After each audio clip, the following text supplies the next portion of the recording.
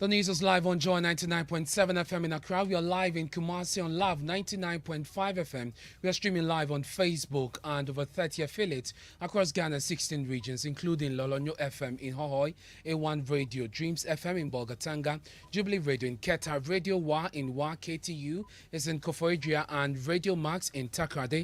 Go digital on Spotify, Facebook, and the MindJoy online app. And coming up, Ghana Education Service undertaking a review of the free SHS policy to possibly determine how much parents can be asked to pay. All put it out there and there's, this item, I think we can make do of it and it will not affect quality. This item, I think we can get parents to pay. Education Ministry denies claims it owes the West African Examination Council, describing the allegation of the minority as propaganda. WAEC's calendar could be disrupted. It's very high. Pay WAEC. Every obligation has been met. Disregard those propagandists. We know Charles warns it may not be able to adequately prepare students for this year's WASI due to government's failure to pay up funds for the practical sessions. We have details later here on the Midday News. Minority NDC in Parliament divided over proposal to file motion for censure against the Finance Minister, Ken Ofori-Atta. I would think that on the basis of what he said. I will just go, Mr. President. Thank you so much. I think it's best for me to sit back for another person to take over. The minister should resign. It's almost like telling a father to resign from his children. We have exclusive details on matters fueling the motion plus the position of the NDC party coming up in sports. Well, ahead of the CHAN qualifier versus Benin this weekend, the Ghana Football Association say the Black Galaxies are ready for the challenge ahead.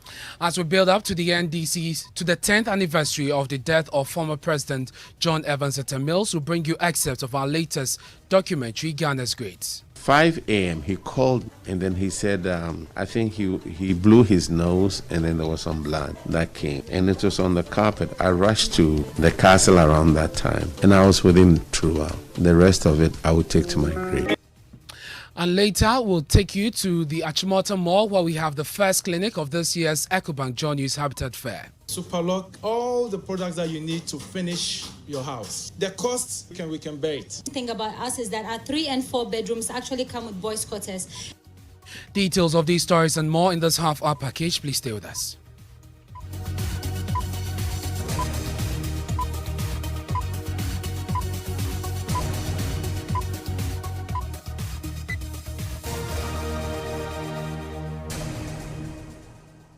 Hello again, thanks for choosing us. This is the home of independent, fearless and credible journalism. I am Ernest Manu. Director General of the Ghana Education Service, Professor Kwesi Opoku-Amankwah, says a review of the free senior high school policy is underway. This exercise, he reveals, is geared at determining which of the cost components parents can be asked to pay. The Ministry of Finance, in a statement earlier this month, indicated that the policy will not be suspended despite seeking support from the International Monetary Fund. It, however, noted that the IMF will be concerned about possible lack of finance and the ability of government to sustain its expenditure. Professor Amankwah, who was speaking on food shortages in schools, touched on measures in place to deal with the matter, plus an update on the review of the free senior high school program. As we go forward, we'll revert to the situation where we'll get the schools. We will get the suppliers to go directly to the schools. You know, when the Ministry of Finance issued their frequently asked questions about the IMF program, they said free HSS will not be suspended, but it is being reviewed. Has this review ended? Mm-hmm. It's a bigger conversation, not only for GES, not only for the Ministry of Education, but for the entire country. And then what we will do is that for us on our part, we will start with the smaller ideas of looking at aspects of it. Today, for example, some of the discussions that I've had with my statistics team for them to do something for me is to do what we call unit cost analysis as far as educating a student is concerned. So we will do unit cost analysis, especially for the free SHS. So if we take Raymond as a student, starting from SHS 1 to SHS 3, we can do the analysis and then come up and say that, okay, to give Raymond quality education, it will cost this much. within that cost, these are the items in the cost. Then we all put it out there and then say, oh, this item, I think we can make do of it, and it will not affect quality. This item, I think we can get parents to pay. This item, let's find some. Let the regional, the district offices or regional offices take care of this. So when we have done that, and we've all added our inputs into it, then we can all come back and say that, okay, for this, the total cost for educating someone in the free SHS, this is it. But we believe that if you take them item by item, these items, we can do this, we can do that, we can do that. So at the end of the day, we can all agree that this is the amount that we believe that government should bear, So those things are going on, but I believe that once education is not only for GES and Ministry of Education, it will be played into the bigger discussion for all of us to make our contributions. And you had that Director General of the Ghana Education Service, Professor Kojo Mankwa, speaking with my colleague Raymond Akwa on Upfront on the Johnny's channel. Let's go on to the phone lines now. We speak to Kofi Asare. He's the Executive Director of the Africa Education Watch. He joins us. Thank you very much, sir, for your time here on the Midday News. I'm sure you agree that such a review is long overdue. But are we not risking a return to the previous arrangements? We saw, students being deterred. A lot of the GHS graduates not attending high school because of the cost component. Good afternoon. I think it's an interesting and useful conversation to have, because government has demonstrated that it hasn't got the financial capacity to implement a wholesale-free senior high school policy. The agenda at the continental level is to expand access to secondary education with cost efficiency. Our approach in expanding secondary education has been fantastic. We are one of the highest enrollment rates on the continent, but the cost efficiency level is very low because we are paying for everybody, rich or poor.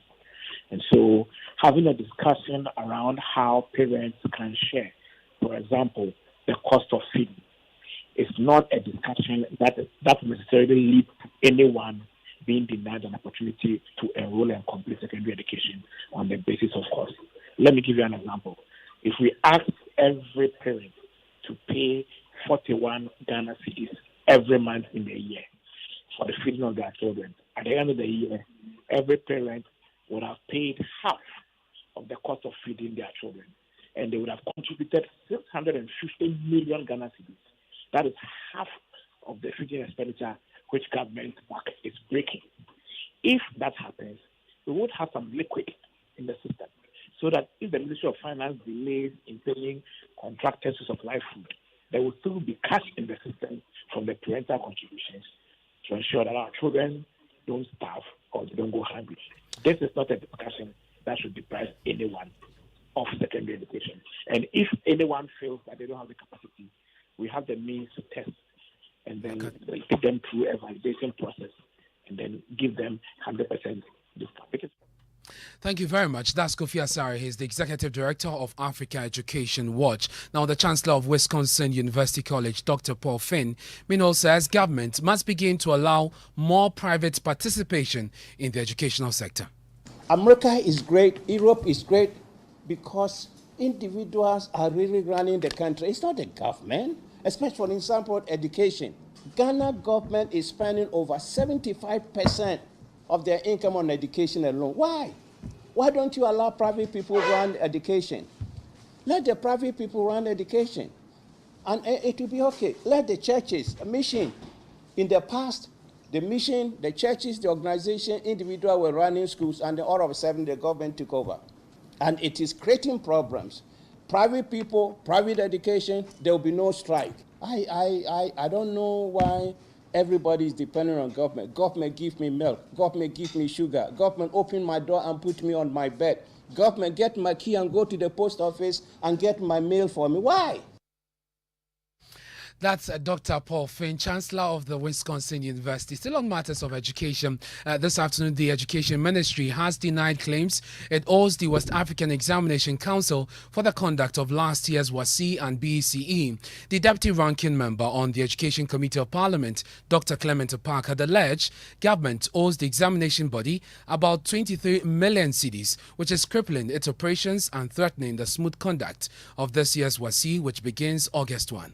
WAEC needs a minimum of 96 million Ghana cedis to prepare for the 2022 BEC and WASSCE. Those monies have not been released. The risk and the possibility that the WAEC's calendar could be disrupted is very high. And so we want to use this opportunity to call on government to do the needful. Pay WAEC the 23 million arrears for WASSCE and BEC 2021. But the Deputy Education Minister, Reverend Intim Kojo, has described the claim as propaganda and has further rubbish claims that the exam may not come off as scheduled. So whatever WAEC needs is given to them. So disregard any such propaganda. WAEC schedules, or every examination that the Ministry of Education has scheduled to be conducted by WAEC this year will happen as scheduled. BEC, WASSCE will all happen as scheduled. So disregard any rumors that we are going to have the schedules revised or changed, or it's not going to be done, or examinations will be suspended. Disregard such propaganda. But do you WASSCE, every obligation has been met. If there are anything that has to be discussed further, definitely that discussion will be had. So disregard those propaganda saying there's indebtedness, there's all that. But did you ever owe WAEC? Government promptly meets our obligation with WAEC. WAEC has been our trusted partner, and we've always had very cordial relations. So every attempt to want to mar that relationship by the propagandists must be discredited and must be disregarded. Reverend Intim Kojo is a Deputy Education Minister. Meanwhile, the Conference of Heads of Assisted Secondary Schools, CHAS, says it may not be able to adequately prepare students for this year's WASSCE due to government's failure to pay up funds for practical sessions. My colleague Manu joins me in the studio. Manu, you've been speaking to the National President of CHAS with barely a week for the exam to start. How are they managing the situation? So, Ernest, we know that government absorbed the entire cost of registration for the WASSCE.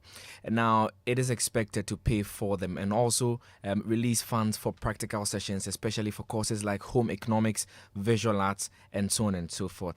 We're told that these monies have not yet been released to the senior high schools, which means that the preparation of the students by their teachers and indeed the school administrations currently has been, curtailed. And so CHAS National President Alhaji Ali Yakub tells me that indeed they are calling on government to release these funds for them in time so that they are able to prepare the students for the exams. Failure to do that, there are two options, he tells me. Either they will not be able to meet the timelines of the examinations which start on August 1, or they'll have to go and set the exams ill-prepared.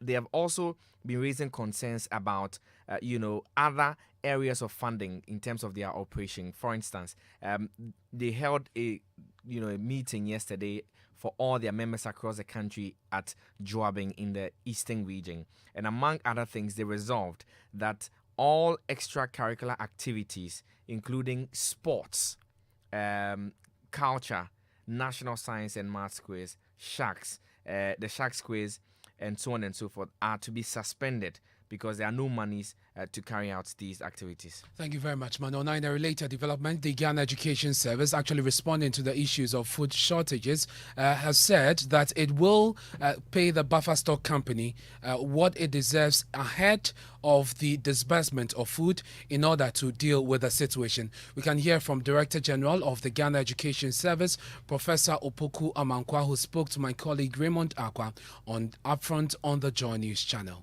So going forward into next term and even this year, they have planned, and then we give them a projected budget for the year. Then based on that, finance will then give them some advances that they can buy in stock and then put it in their warehouses. Then we could then start taking them to the schools, getting suppliers to pick from there, or getting distributors to pick from the source and then taking them into the schools. We believe that if we can resource them by giving them some advance payment, and then they can use that to buy in advance and store and then also distribute. That's Director General of the Ghana Education Service, Professor Opoku Amankwa. Let's turn our attention to politics now. There's a push by some members of the NDC minority in Parliament for a motion of censure against the Finance Minister, Ken Ofori-Atta. In accordance with Article 82 of the 1992 Constitution, the minority motion has been signed by almost all members of the minority caucus, making it admissible on the floor of Parliament so it can be moved by the House. Following President Akufo-Addo's July 1 directive to the Finance Minister to begin formal engagements with the International Monetary Fund, there have been calls from many people, including former President John Mahama, for Ofori-Atta to resign. Here's Member of Parliament for Pru East, Dr. Kobna Donko. I will say the minister should resign as a matter of honor for a new team to start the negotiations with the IMF and to chart a new course. I sincerely believe he's done his best, and everybody knows his best has not been enough. There may be extenuating circumstances, they may be. However, you take responsibility. My colleague Elton Bobe joins me in the studio with more on this developing story. Elton, from your checks, how many NDC MPs have signed on to this motion? So, as at 11:30 a.m. This morning, 88 out of the 136 NDC MPs have signed. But interestingly, leaders on the NDC side, as Haruna Idrisu, Honorable Kruche Aveji, Muntaka Mubarak, and the other two deputy whips have not signed on to this petition. And what reasons are they citing? Is it clear to us or why some of the NDC MPs are not signing to this motion? So there are two issues at play now. Now they are concerned about the end game. One group on the NDC side is of the view that if they should push for the finance minister to be removed, the government appoints a new one and they perform, to what benefit would that have on the NDC and their chances of winning the 2024 election? There are those who are also of the view that if the finance minister continues and run down the economy of this country, to what impact would it have on the country? These are the issues at play. My information is that the NDC General Secretary, Johnson Sedinkati, has given his full backing to the minority side to push through this motion for censure against the finance minister. But Elton, walk us through the process about, putting the censure before Parliament and whether or not it is likely to succeed. So such a motion will require 1/3 of all members of Parliament. The NDC, they have 136, meaning they have the numbers to file for this motion. But they will require 2/3 of all MPs before the resolution can be passed, which means that they'll have to need support from the MPP side. My information is that behind the scenes, some MPP MPs may be supporting it, but as to whether they will officially back it, that is a bigger issue with on their the floor. Signatures. Elton, thank you very much for bringing us those details. Well, some members of the NPP have also made similar demands for the finance minister to resign. Listen to former Chief of Staff, Kojo and former General Secretary of the NPP, Kwabena Japan. If I were the finance minister, this is a question of President Trump, from my utterances and then what is happening, I'll just go, Mr. President, thank you so much.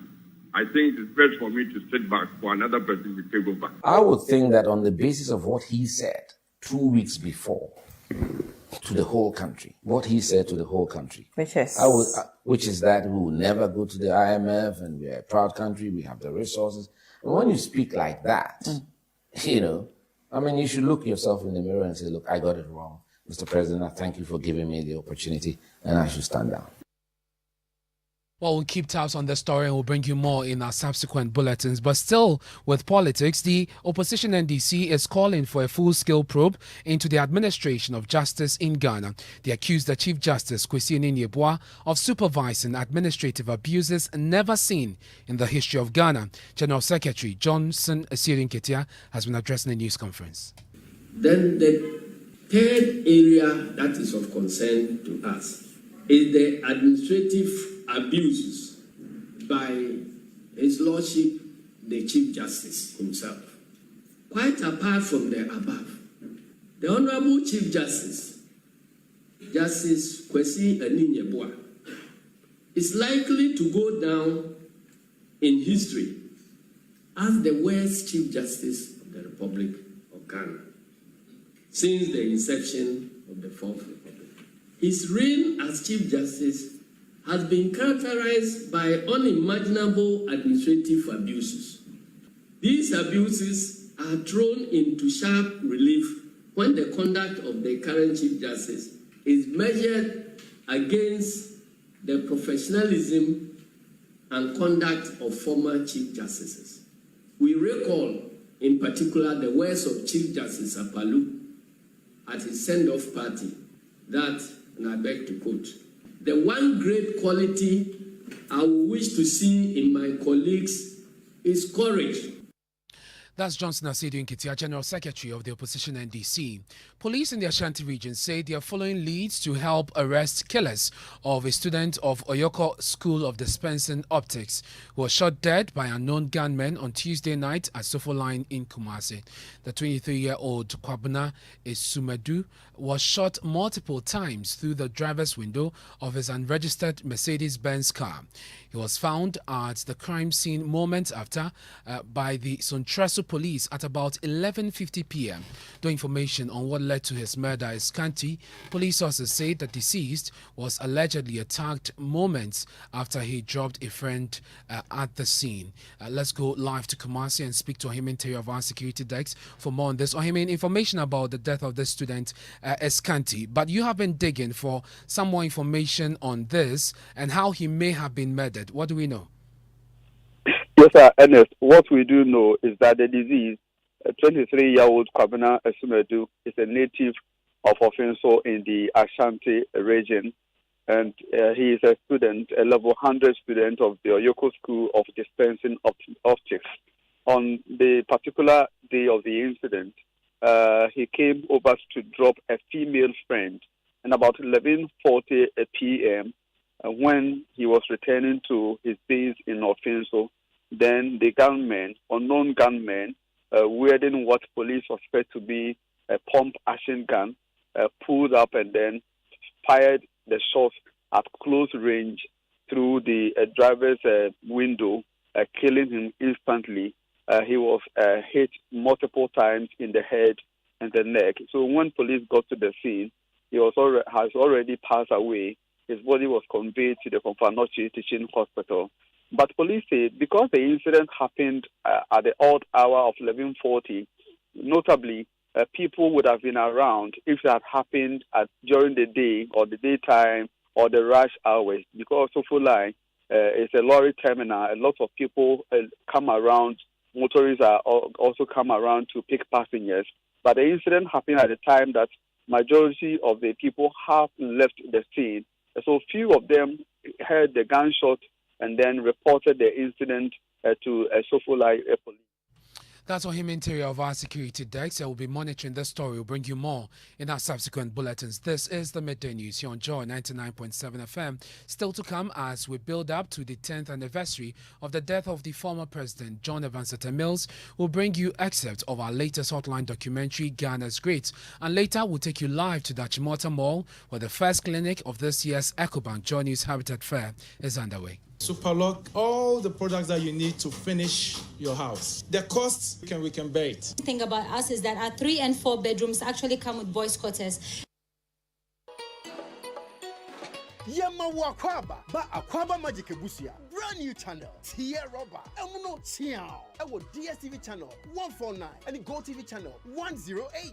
Enianom Akwaba Magic Busia, Eddie Nidia Ghanaian programs mu Baufi, Ebi to set the day, to have and to hold, and Yom Senior Cassia, series and a talk show, Bemoaka TV sets Nichi. Akwaba Magic Busia, Ewo DSTV access to your 50 Ghana cities per and Go TV value to your 25 Ghana cities per Ebusia Akwaba.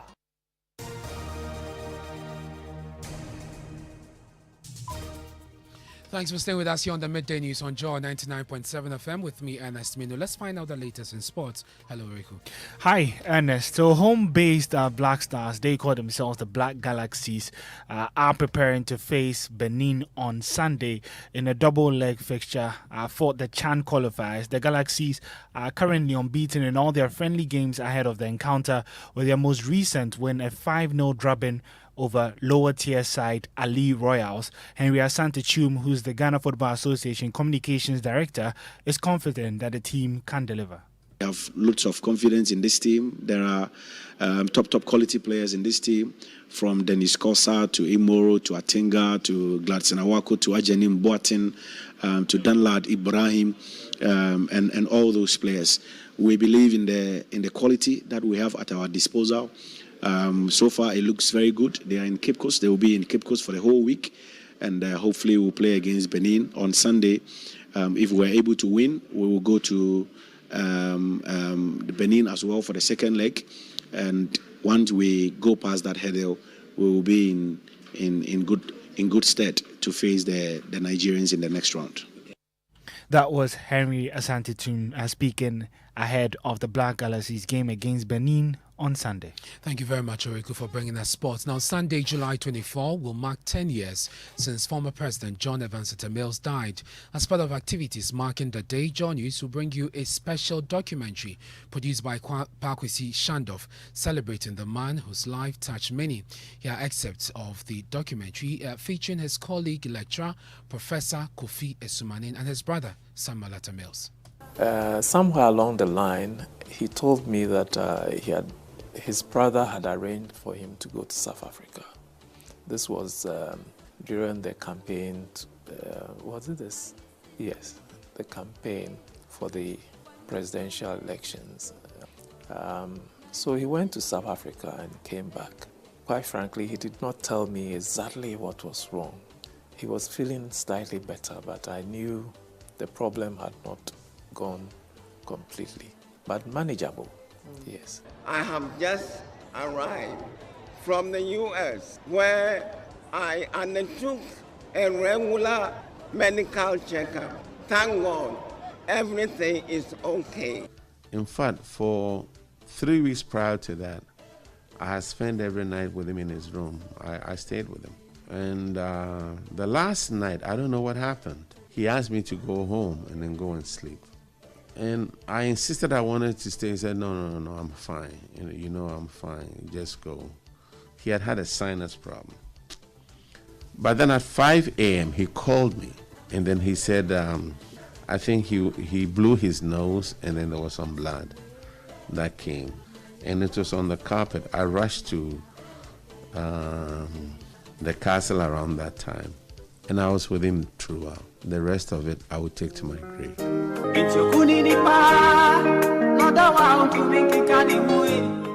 want to watch out for that full documentary, Ghana's Great, on all Joy platforms. Let me take you now to the Achimota Mall, where we have the EcoBank Joy News Habitat Fair underway. The clinic for this year's event is starting from the Achimota Mall. Joy Business James Eshen is there, and he joins us live. James, we understand that the exhibitors are already there, and some potential homeowners are already thronging the mall. Tell us more. Right, so Ernest, so today is the first day of the clinic, and we're heading all the way to Sunday. So basically, it's from the 22nd to the 24th of July 2022. This is one of the clinics before the main program in August 2020 at the Accra International Conference Center. The clinic, as we all know, is expected to provide opportunities to many potential property owners to become abreast with process of acquiring their houses. So basically, from land acquisition to any twin housing, this should be your one-stop shop. We've seen a lot of patrons coming around with the stakeholders and also that of the exhibitors, introducing them to some of the new products they have, or better still, bringing on board so far as this year's Habitat Fair is concerned. Thank you very much. That's Joy Business James Eshen, and you want to head to the Achimota Mall for that Joy News, EcoBank Joy News Habitat Fair Clinic. It's the first of 2 clinics we'll be having this year. And just before we go, musician Famia's song Praise continues to inspire many. He's been sharing details of how he prayed to God to make the song great and how the song has actually changed his own life. Driving home, said this song, God, I won't drop this song. In as much as I'm not looking for a hit song, I want a song that will hit people go understand, say, like I be good, song will go raise my brand, put me on another level. It works. Praise come, the people I meet, the money I can't get out of praise, the deals I can't get. I do a lot of things out of praise. Wow. And even now, it really turned my life around, just as the song, said. Turn my life around, no one less shining star.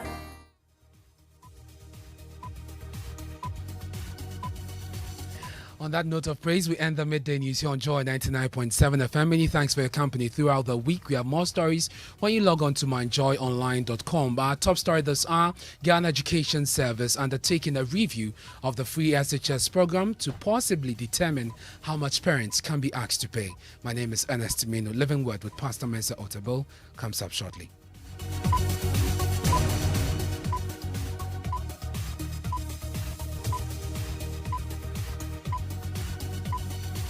Isn't life wonderful when everything worth doing is scheduled? Hitting the stop button on your alarm just in time for your morning jog. That happy moment listening to your baby's heartbeat at the doctor's office.